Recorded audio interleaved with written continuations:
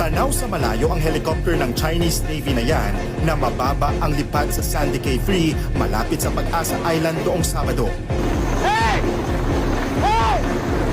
Tumagal ng 10 minuto ang pangaharas sa kanila kaya nasugatan ng ilang scientist, crew ng Bureau of Fisheries and Aquatic Resources o BIFAR at miyembro ng media. Pati ang researcher divers napaatras. Sabayan ng pambobomba ng tubig ng China Coast Guard sa resupply boat ng Pilipinas na Unaiza May 4 o UM4 nito ring Sabado. Di lang isa, kundi 2 barko ng China ang nagsanib puwersang i-water cannon ng UM4. 8 beses itong tinamaan. Halos magkalasog-lasog na yung malaking bahagi nitong resupply boat. Ayan, makikita po ninyo dyan sa taas niya, nasira na ng pag-water cannon ng China Coast Guard. Giit naman ng China nang ihimasok ang Pilipinas nang walang pahintulot sa kanila raw ang teritoryo.